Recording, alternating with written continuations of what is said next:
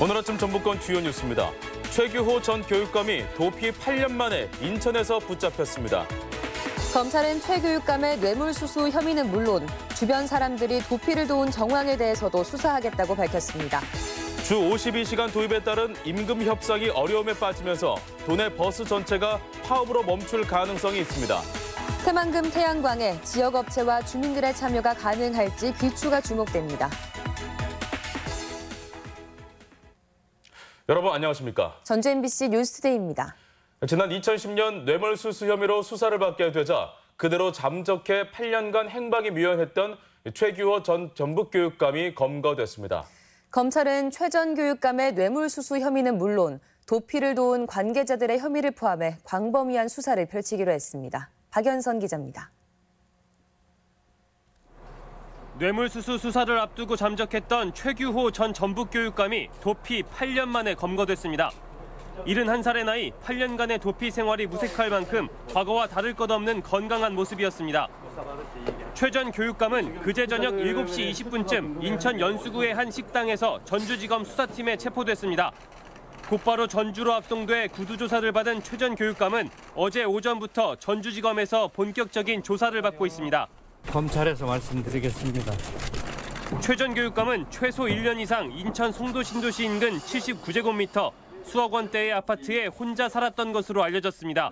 주거지를 포함해 휴대전화와 신용카드 등은 모두 제3자 명의를 사용했습니다. 최 전 교육감은 2008년 김제 스파일스 골프장을 9홀에서 18홀로 확장하는 과정에서 교육청 소유 부지를 골프장이 매입하는 데 편의를 제공하고 3억 원을 받은 혐의를 받고 있습니다. 검찰은 최 전 교육감이 검거됨에 따라 뇌물수수 혐의는 물론 당시 사건 관련자들에 대한 추가 수사를 벌이겠다고 밝혔습니다. 현재 조사 중에 있으며 조사를 마치면 구속영장 청구 여부를 결정할 예정입니다. 당시 최 전 교육감과 함께 골프장 사건에 연루된 전주 모대학 최모 교수 등 5명이 법의 심판을 받았고 지금은 피고인 모두 형을 마쳤습니다. MBC 뉴스 박연선입니다. 이른이 넘은 나이, 게다가 수입도 전혀 없는 상황에서 최 전 교육감은 어떻게 8년이나 도피할 수 있었을까요? 검찰은 친인척 등 주변 인물들이 도피를 도운 것으로 보고 이 부분 광범위하게 수사를 벌여나가겠다고 밝혔습니다. 한범수 기자입니다. 최규호 전 교육감은 인천 연수구의 한 식당에서 혼자 밥을 먹다 전주지검 수사관들에게 체포됐습니다. 최규호 씨가 맞냐는 질문에 순순히 인정하며 체포에 동의한 것으로 알려졌습니다. 최 전 교육감은 인천 송도 신도시의 아파트는 물론 신용카드와 휴대전화 모두 제3자의 명의를 빌려 사용했습니다.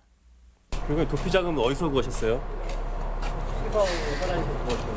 최 전 교육감은 2010년 9월 수뢰 혐의에 대한 수사를 받기 위해 검찰에 출석하겠다고 한 뒤 이튿날 잠적했습니다. 8년 2개월간 이어진 도주 생활에 검찰은 조력자가 있을 것으로 보고 있으며 일부 사실관계도 확인했다고 밝혔습니다.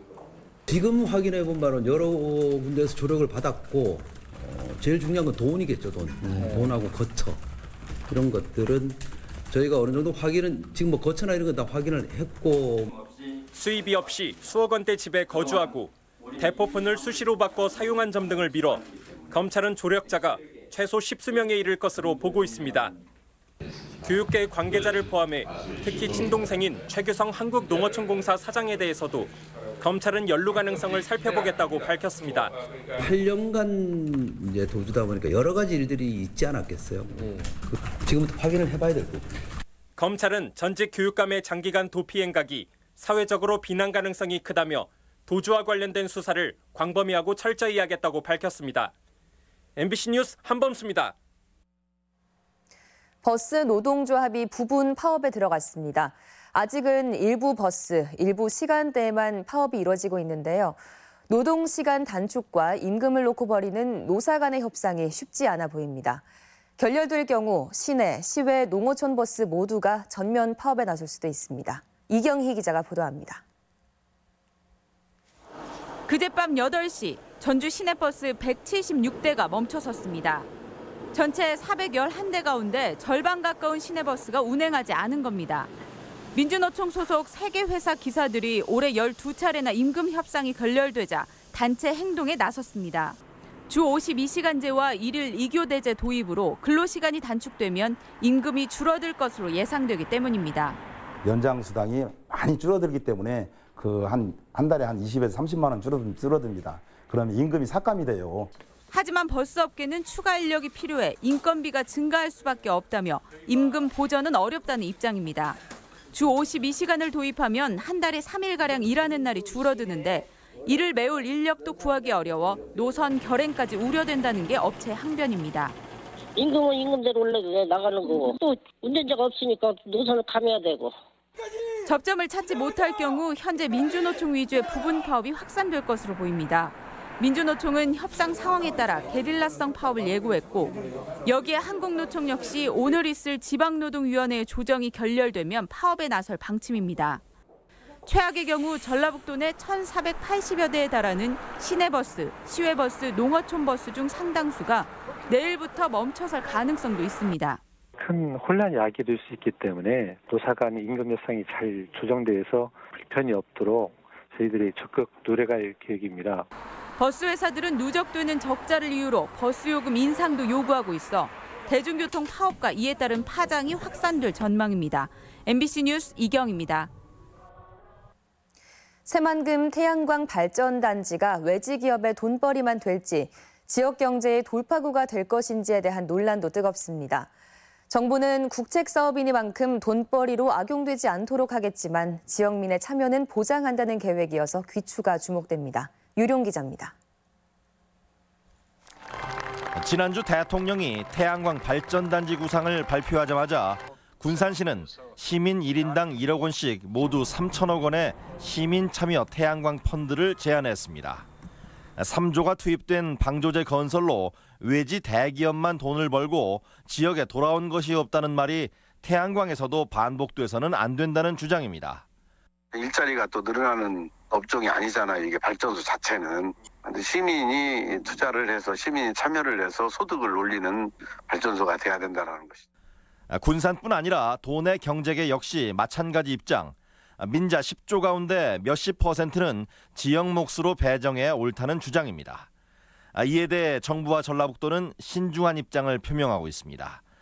태양광 발전 사업을 통해 5천억 원의 매립 비용을 조달한다는 것이 우선 목표라며 민간이 투자한 태양광에서 적정 수익 이상은 환수한다는 계획입니다. 이 때문에 모든 민간 사업자에게 기회를 열어뒀다기보다는 정부와 발전 자회사, 공기업의 컨소시엄을 구상하고 있다는 설명입니다. 다만 전북개발공사 등 도내 공기업을 통한 도민 참여의 길은 열어놓아 직간접적인 참여는 가능할 전망입니다. 주주 형식으로 도민들이 이 지분을 가지고 발전 사업에 참여하는 방식, 도민 펀드를 조성한다면 거기에 도민들이 참여하는 방식.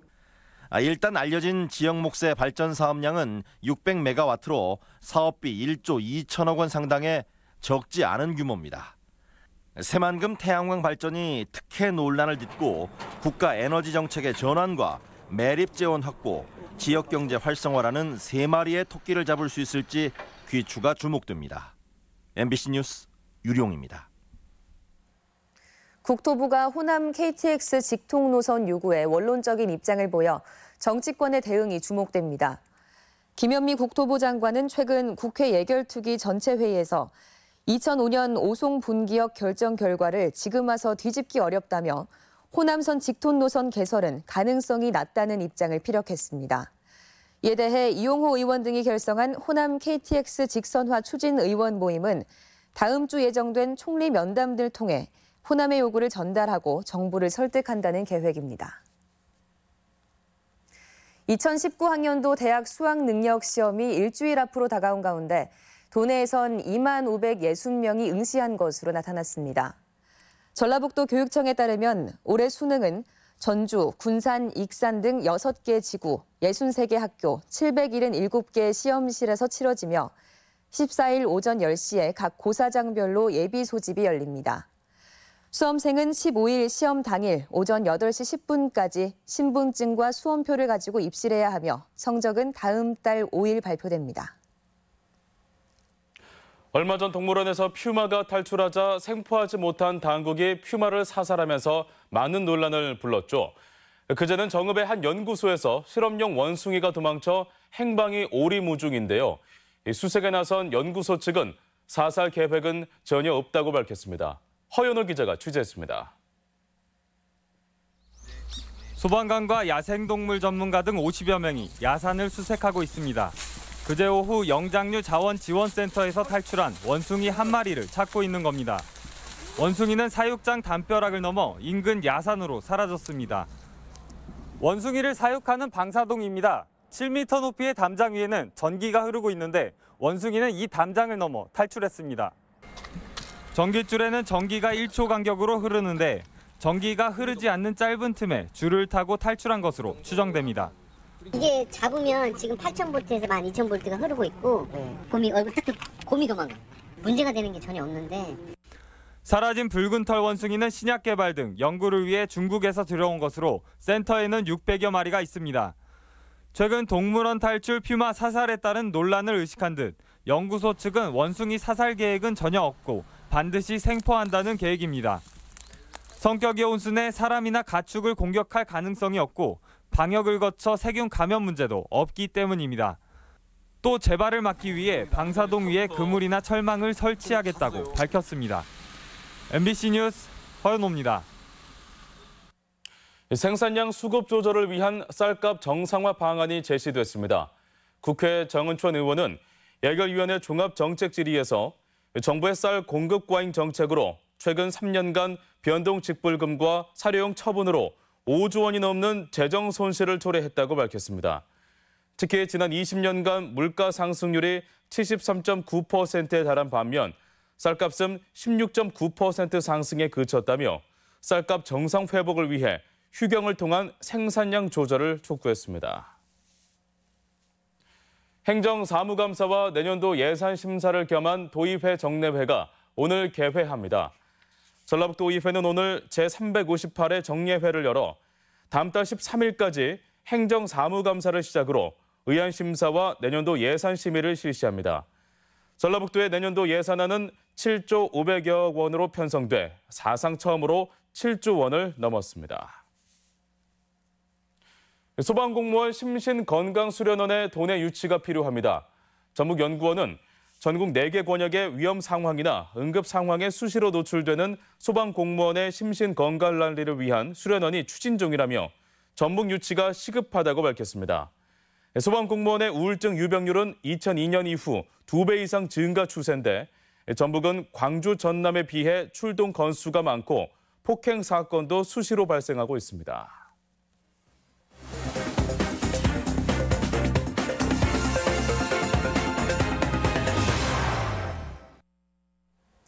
노인들에게 필요한 예방접종 가운데 하나가 대상포진 접종이죠. 그간 접종비가 비싸 접종을 포기하는 어르신들이 많았는데요. 임실군이 대상포진 예방접종비를 지원하기로 했습니다. 지역 소식 이종휴 기자입니다. 임실군이 이달부터 대상포진 예방접종비를 지원합니다. 만 60세 이상 기초수급자와 장애인 등은 무료 접종을 받을 수 있고 65세 이상은 50% 지원, 그 밖에는 9만 원만 부담하면 됩니다. 대상포진은 면역력이 떨어지는 60세 이상의 성인에게서 발병하는 질병으로 접종비가 15만 원에서 20만 원으로 고가여서 접종을 포기하는 주민이 많았습니다. 저희 군에서는 민선 7기 공약 사업으로 대상포진에 대한 예방접종을 실시하고 있습니다. 많은 국민들의 이용을 바랍니다. 아름다운 국화분재가 전시돼 시민들의 눈길을 사로잡고 있습니다. 남원시 원예활동 생활화연구회는 석부작 등 국화분재 300여 점을 남원 사랑의 광장 앞 요천 둔치에 전시하고 있습니다. 전시된 국화분재는 지난 3월부터 남원시 농업기술센터에서 교육받은 회원들이 어린 국화묘부터 만개할 때까지 정성을 들여 길러왔습니다. 이곳에 오시면 다양한 국화분재를 한자리에서 볼 수 있습니다. 가을의 향기를 흠뻑 담아가시기 바랍니다. 김제시가 시민문화체육공원 일원에서 숲가꾸기 행사를 실시해 산림자원의 중요성을 알렸습니다. 김제시는 시민문화체육공원 산책로에 식재된 은행나무는 미세먼지 제거 효과로 시민들이 즐겨 찾고 있다며 숲가꾸기 행사를 정기적으로 펼치겠다고 밝혔습니다. 경읍시청 단풍민 씨름단이 경읍지역 유일한 씨름부인 칠보초등학교 씨름부를 찾아 꿈나무들에게 씨름 기술을 전수하고 격려했습니다. 2016년 창단한 단풍민 씨름단은 올해 전국체전에서 메달 5개를 획득하는 성과를 올렸으며 스포츠 재능 기부 활동도 매년 펼치기로 했습니다. MBC 뉴스 이종휘입니다. 전북은행이 관광산업 활성화를 위한 저금리 대출에 나섭니다. 전북은행은 전라북도와 전라도 정도 천년 기념 금융지원 업무 협약을 맺고 도내 대표 관광지 100곳에서 영업 중인 370여 개의 자영업체를 대상으로 100억 원 규모의 경영자금을 지원한다고 밝혔습니다. 업체당 최대 5천만 원 이내인데 전라북도가 최초 4년간 연 2.5% 이자를 보전할 계획이어서 저금리로 대출을 이용할 수 있습니다. 다음은 우리 지역 행사와 문화 소식입니다.